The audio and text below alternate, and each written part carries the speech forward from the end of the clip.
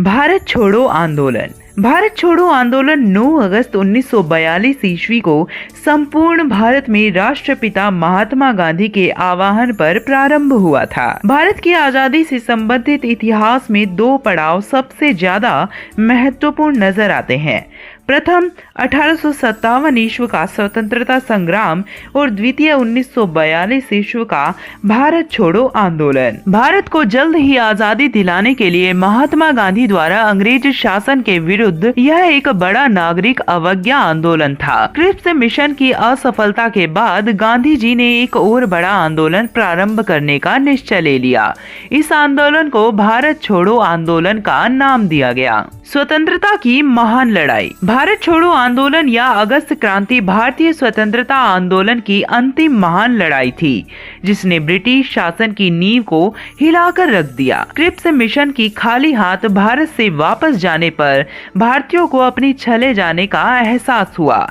दूसरी ओर दूसरे विश्व युद्ध के कारण परिस्थितियां अत्यधिक गंभीर होती जा रही थी। जापान सफलतापूर्वक सिंगापुर, मलाया और बर्मा पर कब्जा कर भारत की ओर बढ़ने लगा।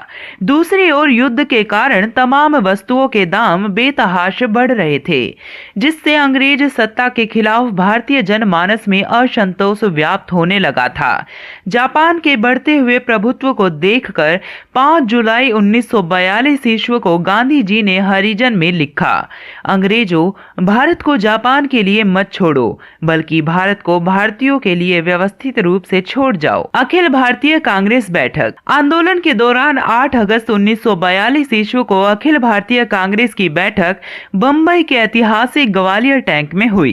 गांधी जी ने ऐतिहासिक भारत छोड़ो प्रस्ताव को कांग्रेस कार्य समिति ने कुछ संशोधन के बाद 8 अगस्त 1942 ईस्वी को स्वीकार कर लिया। मूल मंत्र, करो या मरो। कांग्रेस के इस ऐतिहासिक सम्मेलन में महात्मा गांधी ने लगभग 70 मिनट तक भाषण दिया। अपने संबोधन में उन्होंने कहा कि मैं आपको एक मंत्र देता हूं, करो या मरो, जिसका अर्थ था भारत की जनता देश की आजादी के लिए हर ढंग का प्रयत्न करे।